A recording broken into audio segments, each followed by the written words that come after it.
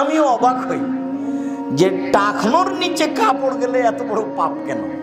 কারো ক্ষতি করিনি, চুরি করিনি, জেনা করিনি, কাউকে গালি দিনি, দোকানে বসে আড্ডা পিটিনি, কিছুই করলাম না, আর আমার প্যান্টটা টাকনোর নিচে চলে গেল, সেই জন্য এত বড় পাপ?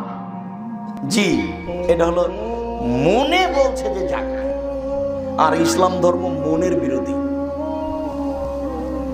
প্যান্টটা ছোট করলে টাকনোর উপরে থাকবে, তখন কেন জানি কেমন কেমন লাগে, ঠেঙ্গা ঠেঙ্গা লাগে।